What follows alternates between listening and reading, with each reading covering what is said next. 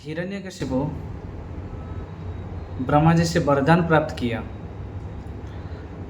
तो सबसे पहले उसका जो टारगेट है वही भगवान विष्णु को नष्ट करना और भगवान विष्णु को वध करना व हत्या करना व भगवान विष्णु को मार देना। तो हिरण्यकशिपु ने सबसे पहले भगवान ब्रह्मा जी से वरदान प्राप्त करने के बाद वो वरदान भी ऐसा था कि मुझे कोई नहीं मार सकता। एक्चुअली उसके वरदान का अभिप्राय यही था कि अगर विष्णु के साथ लड़ना है तो मुझे अमर होना पड़ेगा, क्योंकि विष्णु अमर है। उसको इतना ही तो पता चल गया कि विष्णु अमर है और अमर के साथ लड़ाई करना है तो आपको अमर होना पड़ेगा, नहीं तो आपको मार देगा, इजीली आपको मार देगा। तो इसलिए उसको अमर बनना था, तो इसलिए ब्रह्मा जी से वरदान प्राप्त किया कि मुझे अमर बना दो।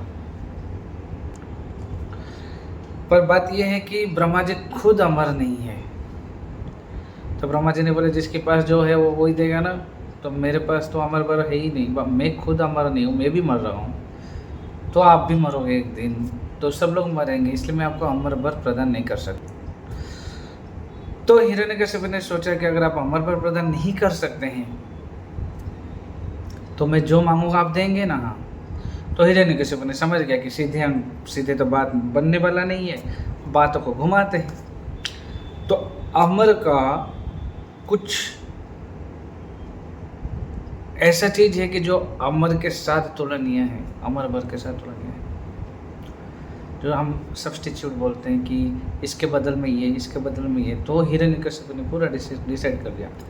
तो उसने फुल प्लान करके ब्रह्मा जी से बोल दिया कि आपका सृष्टि में जो भी चीज़ है उसमें तो मैं मरने वाला है नहीं। तो इसलिए मांग लिया वरदान कि मैं दिन में नहीं मरूंगा, रात में नहीं मरूंगा, सुबह नहीं मरूंगा, शाम नहीं मरूंगा, अंदर में नहीं मरूंगा, बाहर में नहीं मरूंगा, कोई तिथि में नहीं मरूंगा, कोई महीना में नहीं मरूंगा, कोई पशु से नहीं मरूंगा, कोई मनुष्य से नहीं मरूंगा, कोई अस्त्र से नहीं मरूंगा, कोई शस्त्र से नहीं मरूंगा। ऐसे ऐसे चीज वरदान मांगा कि जो ब्रह्मा जी के सृष्टि के बाहर। तो ब्रह्मा जी ने तथास्तु बोल दिया कि इतना तपस्या किया है, कोई तपस्या करता है और अगर प्रॉपर प्रोसीजर में तपस्या किया है तो देवता लोग को वो अब्लाइज्ड हो जाते हैं देने के लिए, वो बाध्य है देने के लिए। अगर आप किसी देवता को प्रॉपर प्रोसीजर में जो कर्मकांड में लिखा है कि प्रॉपर तपस्या कर रहे हो, जो भी कर रहे हो उस देवता को प्रसन्न करने के लिए, फिर वो देवता के पास जो वरदान आप मांगना चाहते हो वो देने के लिए बाध्य हो जाते हैं, क्योंकि उनको भगवान ने वो अधिकार दिए है। और जो आपको प्रॉपर प्रोसीजर में आएगा उसको उसका इच्छा पूर्ण करना, वो लोग वो ना नहीं बोल सकते। ओनली भगवान विष्णु ही ना बोल सकते हैं, कृष्ण ही ना बोल सकते हैं किसी को। तो ब्रह्मा जी के पास है, क्योंकि वो ऐसा एक उदाहरण देते हैं आचार्यगण कि जिस प्रकार कोई व्यक्ति अगर क्रिमिनल है, हमको पता है वो क्रिमिनल है, वो मर्डर करता है।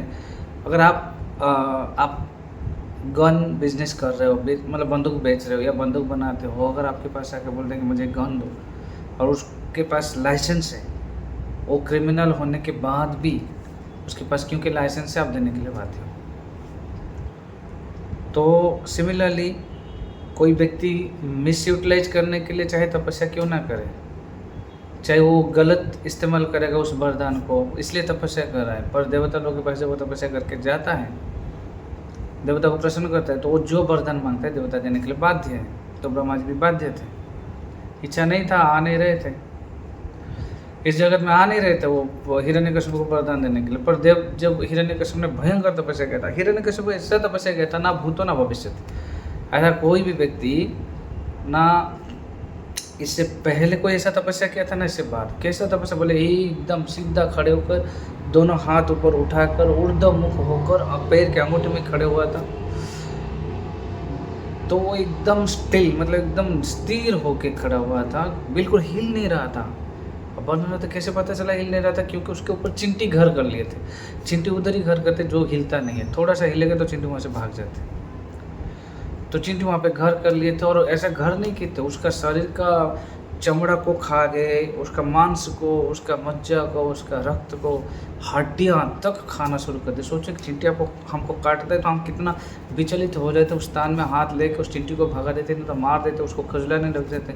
पर मानना पड़ेगा हिरण्यकशिपु उसका पूरा बॉडी को नोच नोच के चिंटियाँ खा गए थे, पूरा शरीर बन गया था चिंटियों का घर, फिर भी वो तपस्या छोड़े नहीं थे।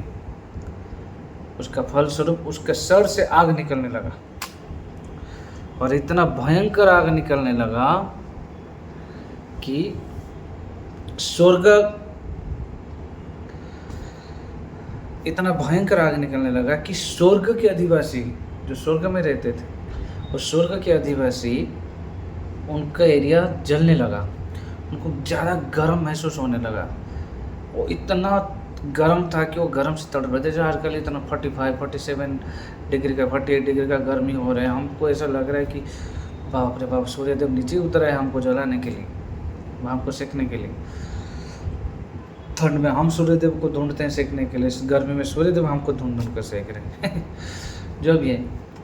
तो पूरा स्वर्गवासी, इतना भयंकर गर्मी हुआ, जैसे हम लोग बोलते हैं ग्लोबल वार्मिंग, क्योंकि वो बहुत सारे फैक्ट्री वगैरह बनने के कारण, हम नेचर के साथ खिलवाड़ करने के कारण हमारा ग्लोबल वार्मिंग बढ़ रहा है। तो सिमिलरली अब ये तो ग्लोबल वार्मिंग था, वो तो हेवन वार्मिंग बन गया था।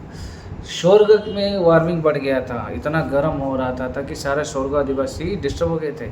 सब लोग जाके ब्रह्मा जी को बोले, कुछ तो व्यवस्था कीजिए, हम लोग सड़ रहे हैं, हम लोग तड़प रहे हैं, इस गर्मी से बचाओ, ये प्रॉब्लम कहाँ से है, हमको कुछ समझ में नहीं आ रहा है। तो ब्रह्मा जी ने बोले, ये कोई प्रॉब्लम नहीं है, वो हिरण्यकशिपु तपस्या कर रहा है।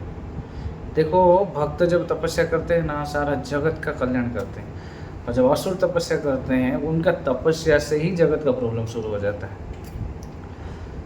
तो उग्र तपस्या का यही परिणाम होता है। उग्र तपस्या में खुद का ही खेती होता है, दूसरों का ही खेती, इसको तामसिक तपस्या बोलते हैं। सात्विक तपस्या जगत कल्याण के लिए किया जाता है, राजसिक तपस्या खुद के बेनिफिट के लिए किया जाता है, और तामसिक तपस्या दूसरों को हानि पहुंचाने के लिए किया जाता है। तो तपस्या का फल तो दूर की बात है, तपस्या से ही परिणाम। जनरली तपस्या में क्या, खुद को तक कष्ट दिया जाता है। प्रभुपाद जी एक जगह पे लिखते हैं तपस्या का definition, voluntarily accepting some inconvenience for a higher cause. तो अपने आप स्वेच्छता से कुछ इनकन्वीनियंस परिस्थिति को ग्रहण करना, वही तपस्या है। तो हिरण्यकशिपु यहाँ पे वॉलेंटरली तो तपस्या लिया है, पर खुद के लिए लेना चाहिए, पर दूसरों को परेशान कर रहे हैं, मतलब स्वर्गवासी भी परेशान है उसका तपस्या। तो ब्रह्मा जी ने बोले कि वो मुझे बुला रहा है, भयंकर वरदान मांगेगा, मैं नहीं जाऊँगा। पर देवता को तो चाहिए, आप अगर नहीं जाएंगे तो हम यहाँ पे रह नहीं पाएंगे, हमारे लिए कुछ व्यवस्था कीजिए। ब्रह्मा जी ने बोले, देखियो प्रॉब्लम थोड़ा सा गर्मी है, सहन कर लो, स्वर्ग में रहोगे। अगर सहन नहीं कर पाया, अगर मैं जाकर उसको वरदान दे दिया, तो आपको स्वर्ग में रहने को नहीं मिलेगा। और वही हुआ, जब हिरण्यकशिपु को वरदान मिल गया, पहले स्वर्ग को देखा, सारे देवताओं को ला के अपने घर पे काम करवाया। किसको किचन में कुकिंग करवाया, किसको झाड़ पोछ लगाया। ऐसे जब नरसिंह देव भगवान प्रकट होते, सारे देवता के नरसिंह देव भगवान को तब प्रार्थना करते हैं, प्रभु आपने उसको मार दिया, बहुत अच्छा किया, नहीं तो उसने मुझे झाड़ू मरवाया था, इसने मुझे किचन में कुकिंग करवाया था। उसे देवता लोग प्रार्थना कर रहे हैं वो नरसिंह देव भगवान को। तो ब्रह्मा जी ने आए और वरदान दिए। तो वही है, शिक्षा क्या मिलता है कि एक प्रॉब्लम सॉल्व हुआ, दूसरा प्रॉब्लम खड़ा हो जाता है। तो देवताओं ने गर्मी का प्रॉब्लम तो हटा दिए, सुख में रहने के लिए स्वर्ग में। पर जब हिरण्यकशिपु का वरदान मिल गया, स्वर्ग ही गया उनके हाथ से, स्वर्ग में रहने को नहीं मिला, जो समस्त फैसिलिटी से भरा है, अपुलेंस से भरा है, ऐश्वर्य से भरा है। इतना कंफर्ट जोन है कि आप उस जगह को छोड़ कर आना नहीं चाहेंगे, जो चाहोगे वो पास में सब कुछ मिल जाएगा, कोई सारा सुख सुविधा है वहाँ पे, इसलिए वो इतना कंफर्ट जोन है, वो छोड़ना नहीं चाहते थे। पर हिरण्यकशिपु जब वरदान प्राप्त कर लिया, एक भी देवता स्वर्ग में नहीं रह पाया। तो ब्रह्मा जी ने पहले वार्निंग की, एक प्रॉब्लम सॉल्व कर लो, गर्मी को बच जाओगे। सर हम भी ये जगह में देखिए, एक प्रॉब्लम को सॉल्व करने के लिए जाते हैं तो 10 प्रॉब्लम को खड़ा कर देते हैं। तो ये हमारा जगत का जो साइंटिस्ट लोग हैं, वो प्रॉब्लम सॉल्विंग गेम में फंसे हुए हैं।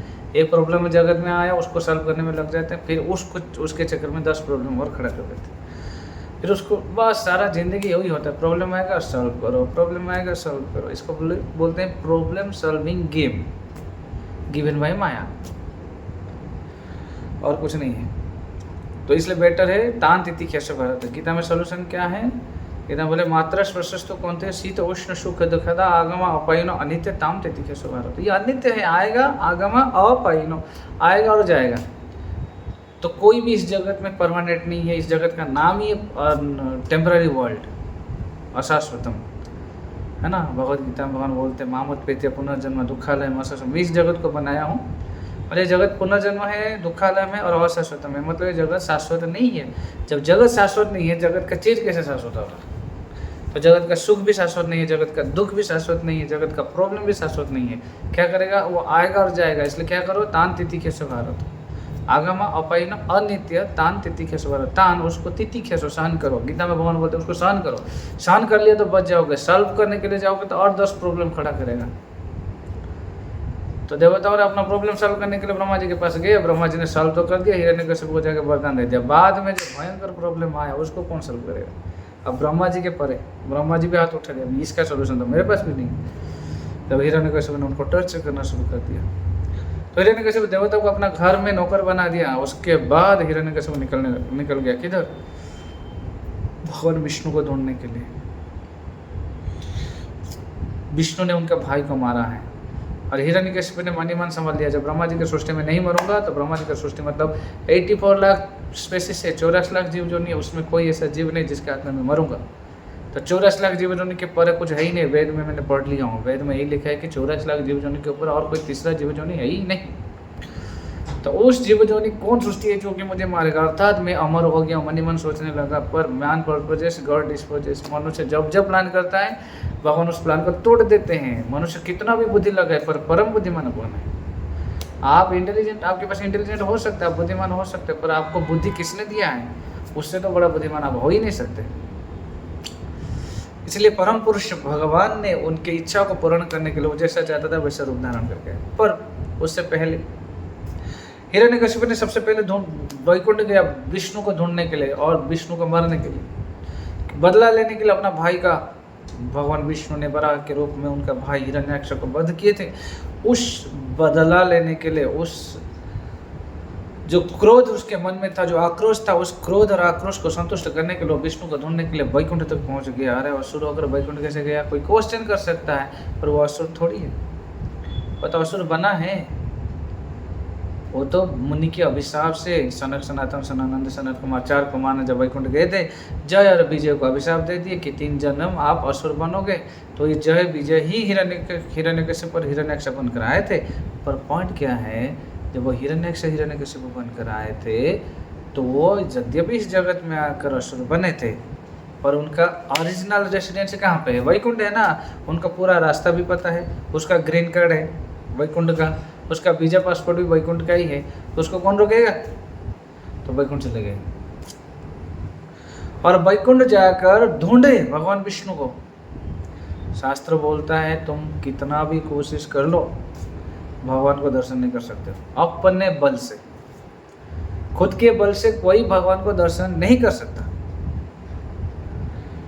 तो हिरण्यकशिपु ने पूरा वैकुंठ में छानबीन कर देखा, कहीं पे भी भगवान विष्णु नहीं। क्योंकि भगवान विष्णु ने सोचा अभी इसका मृत्यु का समय नहीं आया है, अभी इसके साथ लड़ाई करके कोई फायदा नहीं। भगवान चाहते थे तो मार देते, पर फिर ब्रह्मा जी का वरदान की क्या? भगवान सबको सम्मान देते। भगवान इतना ग्रेटफुल है, सबके भावना को ध्यान रखते हैं। इसलिए भागवतम के वो इसी चैप्टर में एक स्पेशल श्लोक आता है, उसमें वर्णन है सत्यम विधातुम निज भृत्य भाषितम व्याप्तिम च भूतेषु अखिलेषु चात्मना। जो भगवान है सत्यम विधातुम, अपने भक्तों के बात को सत्य करने के लिए क्या किए थे ना, यद्यपि सर्वत्र विद्यमान थे। प्रहलाद महाराज ने बोला, जब हिरण्यकशिपु को पूछा तो प्रहलाद महाराज ने बोला हाँ यहाँ पे भी विराजमान है, वहाँ पे भी विराजमान है, सर्वत्र विराजमान है। व्याप्तिम च भूतेषु अखिलेषु चात्मना। व्याप्ति वो हर जगह पे विद्यमान है। रामचरितमानस में जब समस्त देवता ब्रह्मा जी के समेत, शिव जी के समेत सब लोग गए कहाँ ना, भगवान को बताने के लिए कि किस प्रकार वो रावण के दहशत से परेशान है। तो सब लोग जाके क्षीर सागर के किनारे में जब प्रार्थना करने के लिए गए तो देखे भगवान दर्शन नहीं दे रहे, कुछ नहीं ना, सागर ही सागर दिख रहे, भगवान दिखाई नहीं दे रहे। तो ब्रह्मा जी के समय से समस्त देवता चिंतित हो गए कि भगवान कहाँ है, किसको हम प्रार्थना सुनाएं। तो शिव जी ने बताए हरि व्यापक सर्वत्र समान प्रेम ते प्रगट हरि में जाना। हरि सर्वत्र है, व्याप्तिम च भूतेषु अखिलेषु चात्मना, सब जगह पे व्याप्तिम है, व्याप्त है भगवान। पर कैसे मिलेगा? प्रेम ते प्रकट है इसमें जाना, प्रेम ते प्रकट है में जाना। ओनली प्रेमी भक्त ही उनको प्रकट करा सकते हैं। अदृश्यत्याद्भुत रूपमुद्वहन् स्तंभे सभायाम न मृगम न मानुष्यम। तो भागवत का एक प्रसिद्ध श्लोक है जहाँ पे भगवान बोलते हैं सत्यम विधातुम निज भृत्य भाषितम व्याप्तिम च भूतेषु अखिलेषु च आत्मनम अदृश्यत्याद्भुत रूपमुद्वहन् स्तंभे सभायाम न मृगम न मनुष्यम। उस स्तंभ से निकल के न मृग न मनुष्य थे, अद्भुत रूप में भगवान प्रकट हुए, आधा सिंह और आधा नर, उसलिए नाम पड़ा नर सिंह। ऐसे भक्तों का वाणी को सच करने के लिए भगवान सर्वदा आतुर रहते हैं, भक्तों का वाणी को सच करते हैं। पर यहाँ पे हिरण्यकशिपु जाके वैकुंठ में ढूंढ रहे भगवान को, वैकुंठ में भी भगवान का दर्शन नहीं हो पाया हिरण्यकशिपु को। बात सोचने की है। कुछ साइंटिस्ट लोग गए थे चंद्रपृष्ठ में, जब रिटर्न आए उनको पूछा गया कि आपने वहाँ पे भगवान को देखा क्या? बोले वहाँ पे भगवान कुछ नहीं, भगवान एग्जिस्ट नहीं करता, क्योंकि हमने तो कोई भगवान को देखा ही नहीं, इसलिए भगवान एग्जिस्ट नहीं करता। तो हिरण्यकशिपु भी सेम मेंटालिटी में क्या बोला कि वैकुंठ में भगवान को ढूंढा नहीं मिला। तो बोला वैकुंठ में भगवान नहीं, बोला भगवान है ही नहीं। उसने सोचा विष्णु मेरे भय से सोचा कि मैं उसको अंडर में लेके कहीं नौकरी वोकरी या काम करवाऊंगा, इसलिए सुसाइड करके मर लिया और मर गया है। तो आके डिक्लेयर कर दिया विष्णु ने सुसाइड कर लिया।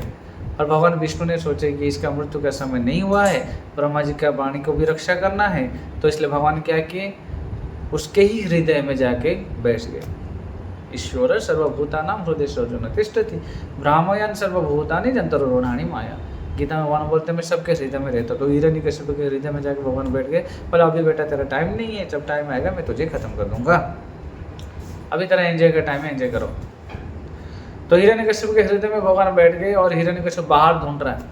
शास्त्र बोलते हैं जो असुर लोग हैं भगवान को बाहर ढूंढते हैं, पर गीता में भगवान बोलते हैं मैं अंदर में ही हूँ। जो भक्त होते हैं वो भगवान को अंदर में ही ढूंढते हैं, जो अंदर ही अंदर सुख ढूंढता है, अंदर ही अंदर आनंद ढूंढता है और अंदर ही अंदर भगवान को ढूंढता है। इसलिए यमंत जोगी नाम अनंत सत्यानंद चिदानंद, जो जोगी मुनि ऋषि होते हैं वो अंदर में ही आनंद को ढूंढते हैं। बाहर में क्या आनंद है? और आनंद का मतलब क्या है? नंद गैर आनंद भयो। नंद घर में जो जन्म हो उसी का नाम आनंद है, और आनंद कौन है? कृष्ण है। उस कृष्ण को बाहर में ढूंढा, नहीं मिला, वापस आ गया। वैकुंठ में जाकर भी भगवान को दर्शन नहीं कर पाया। हाय रे क्या भाग्य तुम्हारा। हर जगह पे ढूंढते ढूंढते ढूंढते परेशान हो गया और आके डिक्लेयर कर दिया उसका इच्छा पूर्ण नहीं हुआ, विष्णु के साथ युद्ध करना था, विष्णु को मारना था, पर मेरे मारने से पहले वो मर गया, ऐसे सोचकर डिक्लेयर कर दिया। पर उनका घर में जो बेटा जन्म हुआ उसका नाम प्रहलाद था। 5 साल का बालक है। बहुत डर किया प्रहलाद ने, न प्रहलाद को हिरण्यकशिपु ने। और अंतिम समय में जब पूछता है कि तुम इतना विष्णु विष्णु विष्णु हो रहा है, तुमको पता है तुम्हारा विष्णु मेरे भय से छुप गया है, मर गया है, वो है ही नहीं, और इतना विष्णु विष्णु बोल रहा है, कहाँ है तुम्हारा विष्णु? हिरण्यकशिपु सारा जगत ढूंढ लिया पर विष्णु का दर्शन नहीं कर पाया था। भाग्य के बल से आज एक तत्वदर्शी आचार्य जो प्रहलाद महाराज एक महाजन है, बाय होकर को कर by mistake by chance by जो भी बोलो, उसका आज भाग्य उदय हो गया। एक प्रहलाद महाराज जैसे तत्वदर्शी गुरु को, तत्वदर्शी आचार्य को पूछ लिया कि तेरा विष्णु कहाँ है, चाहे भाव कैसा भी हो। पूछा किसको? तत्वदर्शी को। गीता में भगवान बोलते हैं तद विधि, दर्शन करने का, भगवान को देखने का विधि क्या है? तद विधि प्रणिपातेन परिप्रश्नेन सेवया। यद्यपि हिरण्यकश्यप ने प्रणिपात नहीं किया था पर परिप्रश्न कर लिया था। उस परिप्रश्न का फल क्या हुआ? प्रहलाद महाराज ने जो हिरण्यकशिपु सारा ब्रह्मांड घूम लिया था भगवान को देखने के लिए, दर्शन नहीं कर पाया था, वो परिप्रश्न करने के नाते एक सुंदर आचार्य जो कि तत्वदर्शी आचार्य जिसने तत्व को दर्शन किया है, जो हर जगह पे तत्व को दर्शन करते हैं, वो बता दिए कि व्याप्तिम च भूतेषु अखिलेषु चात्मन, मेरे प्रभु तो हर जगह पे व्याप्त है, पर जब हिरण्यकशिपु ने पूछा कि मैं यहीं पे देखना चाहता हूँ, क्या यहीं पे है? ये खंबा में है? क्योंकि तत्वदर्शी गुरु को पूछे, तत्वदर्शी गुरु ने तुरंत दर्शन करा दिया, हाँ इसी खंबा में ही भगवान है। और हिरण्यकशिपु जैसा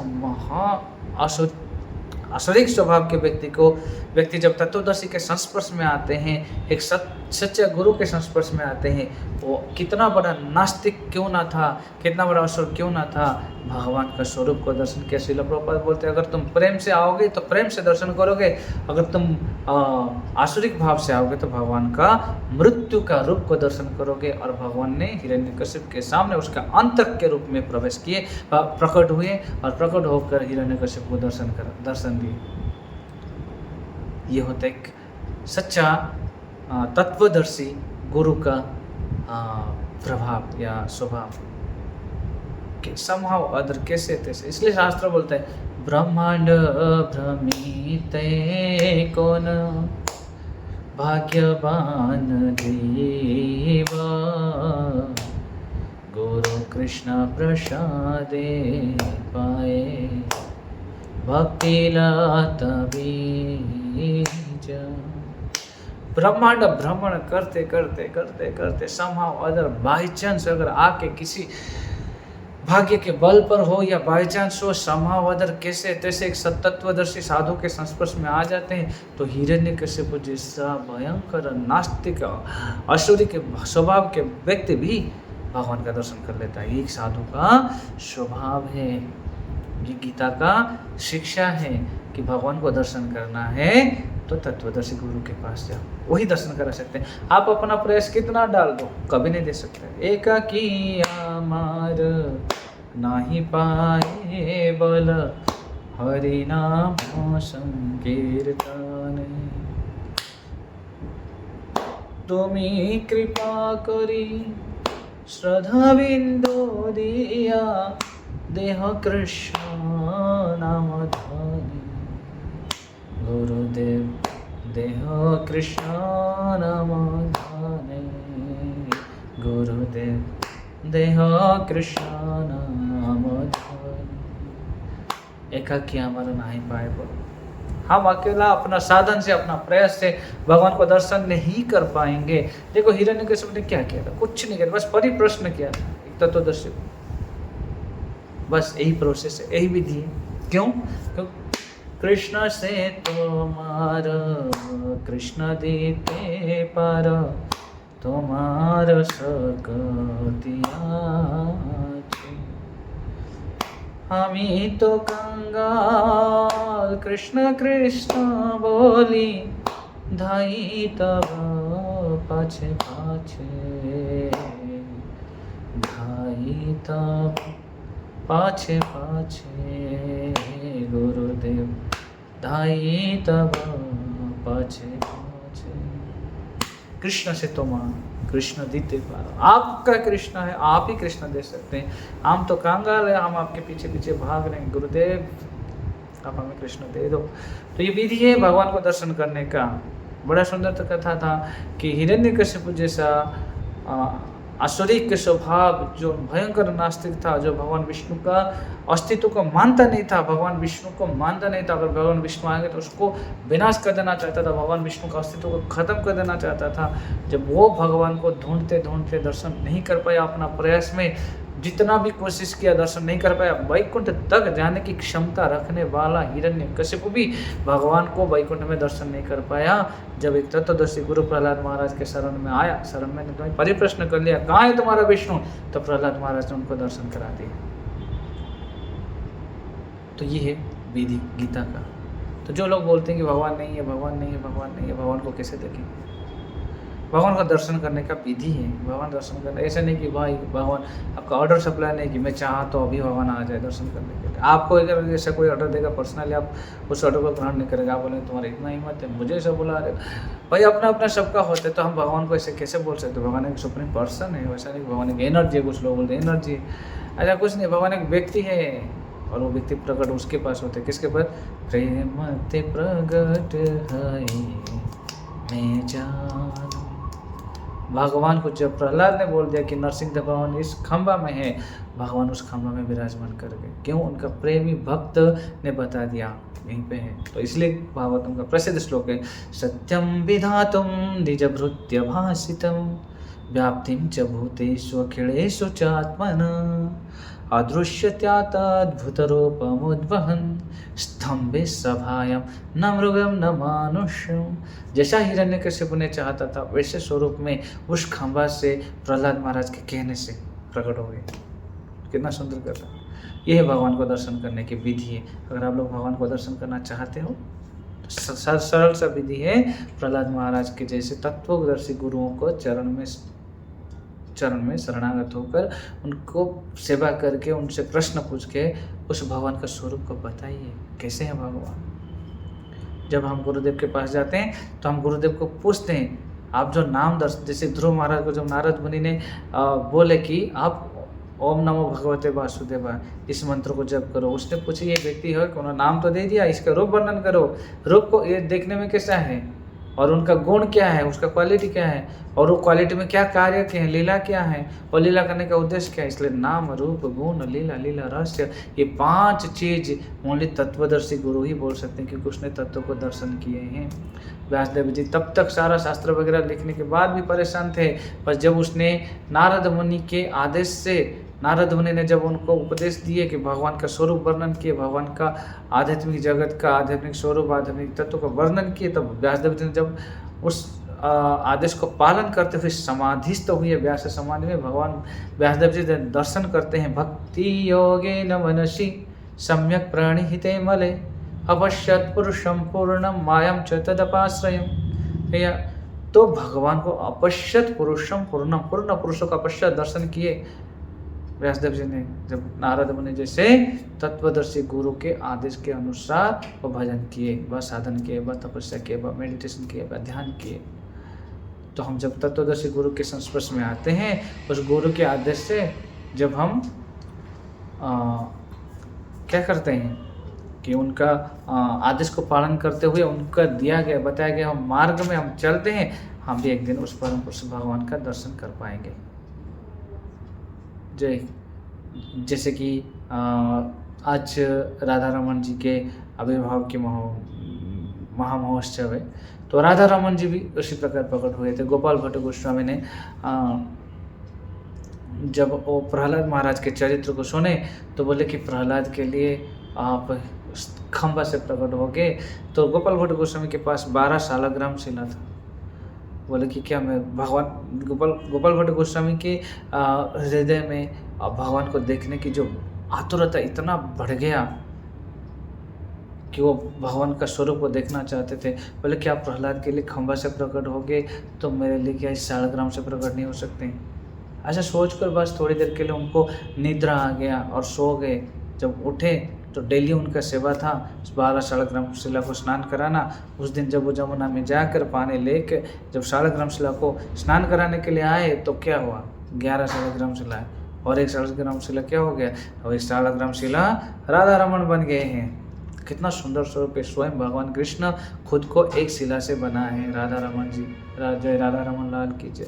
और राधा रमन जी का दर्शन करें, कितना सुंदर विग्रह, कितना सुंदर स्वयं भगवान खुद, इसलिए बोलते स्वयं प्रकट हुए। उनको कोई मिस्त्री ने नहीं बनाया। कैसे बना कि इतना छोटा सा शालग्राम शिला को एक्सपांड करके कैसे इतना बढ़िया सुंदर विग्रह बना सकते हैं। वो खुद एक्सपांड हुए थे। गोपाल भट्ट गोस्वामी के लिए भी शालग्राम से प्रकट हो गए, प्रहलाद महाराज के लिए खंबा से प्रकट हुए, हिरण्यकश्यप ने तत्वदर्शी गुरुओं के संस्पर्श में आकर दर्शन कर लिए। चाहे हम इतना बड़ा तत्वदर्शी तो गुरु नहीं है, हम इतना शुद्ध भक्त तो हो नहीं सकते हैं इस कलियुग में, कोई बात नहीं। अगर कोई तत्वदर्शी गुरु है उनके संस्पर्श में अगर आ जाते हैं, जैसे हम गोपाल भट्ट गोस्वामी की कृपा से आज भी हम राधा रमन जी का दर्शन करते हैं। वृंदावन जब जाते हैं तो राधा रमन जी का दर्शन करने का मतलब क्या है, स्वयं भगवान तो प्रकट हुए हैं, उसको तो और कोई तोड़ा मोड़ा नहीं गया है, कुछ नहीं गया। वो स्वयं भगवान है, स्वयं वो विग्रह है, स्वयं कृष्ण है। कभी कभी तो भगवान का आप देखेंगे फोटो में, कभी दांत दिख रहे, कभी हंस रहे, कभी भगवान वहाँ पे विद्यमान है। तो गोपाल भट्ट गोस्वामी की कृपा से हम भी भगवान कृष्ण का साक्षात दर्शन करते हैं राधा रमन जी के रूप में। तो जो लोग बोलते हैं कि भगवान को दिखा, भगवान जाओ राधा रमन जी का दर्शन करो, उस समय की कृपा से वो प्रकट हुई शालग्राम शिला से। तो इस प्रकार हम भगवान का दर्शन कर सकते हैं। जो लोग बोलते हैं हाँ I want to see God, how can I see God, this is the process. Go to a Tattvadarshi Guru and surrender to him and ask questions. Do some seva to him. Just please him. That's the proper way to find out the God. भगवान तत्वदर्शी गुरु के पास जाइए, उनको सेवा कीजिए और उनसे प्रश्न पूछिए। उनको बोलिए कि मैं कैसे भगवान को दर्शन कर पाऊँगा, भगवान कैसे हैं, भगवान को मुझे थोड़ा दर्शन करा दीजिए। वो मार्ग बता देंगे। उसी मार्ग से अगर आप चलेंगे तो भगवान को एक दिन दर्शन कर पाएंगे। जय जगत गुरु श्रील प्रभुपाद की जय, अनंत कोटि वैष्णव भक्त वृंद की जय, निताय गौर प्रेमानंदे हरि हरि बोल।